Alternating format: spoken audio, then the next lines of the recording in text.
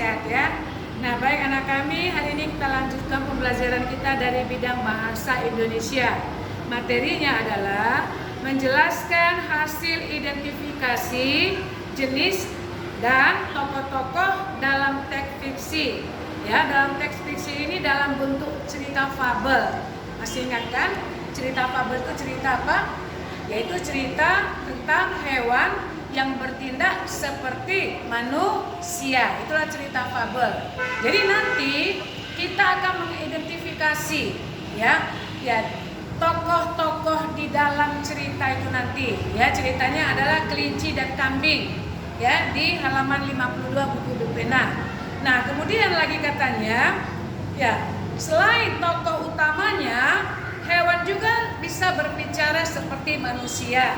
Ya, kemudian, nah cerita fabel itu juga merupakan cerita yang berkisah seperti kita manusia. Artinya, nah bagaimana bentuk dialognya, bagaimana bentuk perangainya, terjadinya. Nah, dia seolah-olah seperti manusia. Itulah yang dikatakan. Nah, makanya di dalam cerita hewan itu dia punya sifat. Dia terkenal dengan sifat daripada tokohnya itu. Misalnya, nah kalau harimau itu terkenal tokoh yang kuat dan sombong. Tahu kan? Harimau itu kan si raja hutan kan? Nah, dia terkenal dengan tokoh yang kuat dan sombong. Nah, lalu kancil. Ya, tokoh itu bagaimana? Orang yang cerdik. Iya, kancil yang cerdik. Dia terkenal dengan cerdik, ya. Kemudian serigala juga terkenal hewan yang bagaimana tokohnya ini menggambarkan tokoh yang serakah, ya. Sikap serakah itu selalu ada pada si serigala. Nah, baru yang terakhir burung elang. Bagaimana sikap tokohnya di sini? Ya, dia terkenal adalah tokoh yang gagah, ya.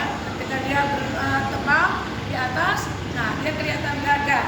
Nah, satu lagi ada semut, ya kan? Tokoh semut ini terkenal dengan apa? Ya, dengan sikap kerjasamanya.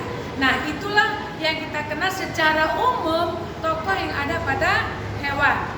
Nah, jadi nanti anak ibu ada cerita kelinci dan kambing, anak-anak kami baca nanti berulang-ulang. Nah, lalu identifikasilah tokoh-tokohnya.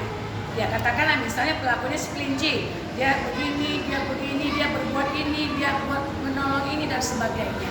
Bisa anak kami? Oke, terima kasih.